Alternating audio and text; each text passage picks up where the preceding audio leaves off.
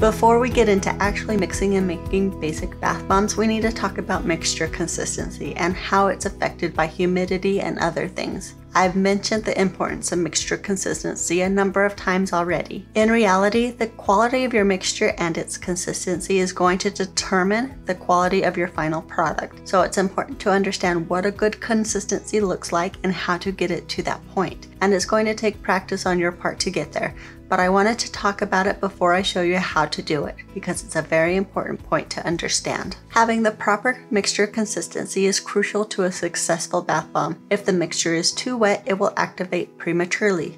If it's too dry, you'll have a crumbly mess on your hands that won't stay together. So the tricky part is to find a consistency that falls between the two, so that number one, it stays together, and number two, it doesn't activate. I often hear that a proper consistency should be like wet sand. However, I have found that wet sand can mean different things to different people. So I like the term damp sand. When the mixture stays together like damp sand and holds its form upon lightly squeezing it together with your hand and dropping it back into the bowl, your consistency is right on. As I said, this step takes time and practice. So if you want to practice without the risk of activating the mixture, add all the ingredients to your batch except the citric acid.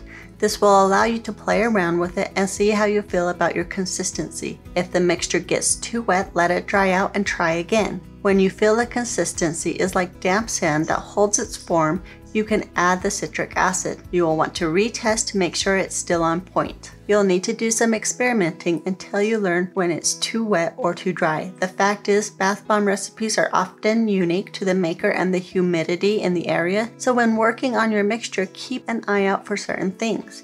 Here are 4 signs that your mixture is too wet. Number 1, the mixture is slowly growing or it grows and expands once it's in the mold. Number 2, the mixture is sticky. If it's sticking to your gloves, it's most likely too wet. Number 3, you can hear it if the mixture is activating, almost like a quiet hiss. Put your ear down to the bowl, and if you hear hissing, it's too wet. And number 4, the final dried bath bomb has little raised bumps or large cracks. And here are 3 signs that your mixture is too dry. Number 1, it doesn't hold its form when you squeeze it or put it into or take it out of the mold. Number 2, the final dried bath bomb crumbles. And number 3, the final product has cracks in it and is powdery when touched. Now let's talk about humidity for a minute. Humidity can be a major obstacle, especially in certain places or during a specific season. A recipe that works in one area of the world or in one season may not work well for another. Altering a recipe that isn't working well in your humidity is always an option, but you also need to be aware of the humidity levels on the day you're making bath bombs. Try to choose a day when the humidity is under 40%.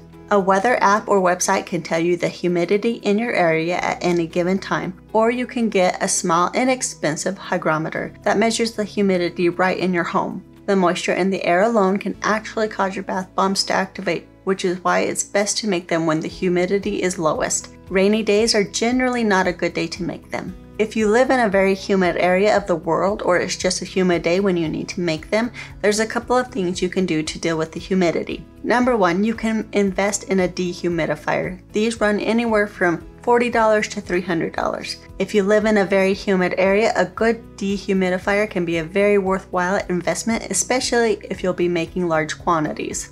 And number 2, if a dehumidifier isn't an option, you may want to place your bath bombs in a sealed container with rice as soon as you finish them. The rice will help draw out the moisture in both the air and the bath bombs. And finally, if your recipe includes Epsom salt, these salts can actually draw moisture from the air directly into your bath bombs, which of course can cause them to activate. Usually you can just omit the salt without affecting your recipe. I hope that helps you understand why the consistency is so important and how to get it to that point. Please let me know if you have any questions.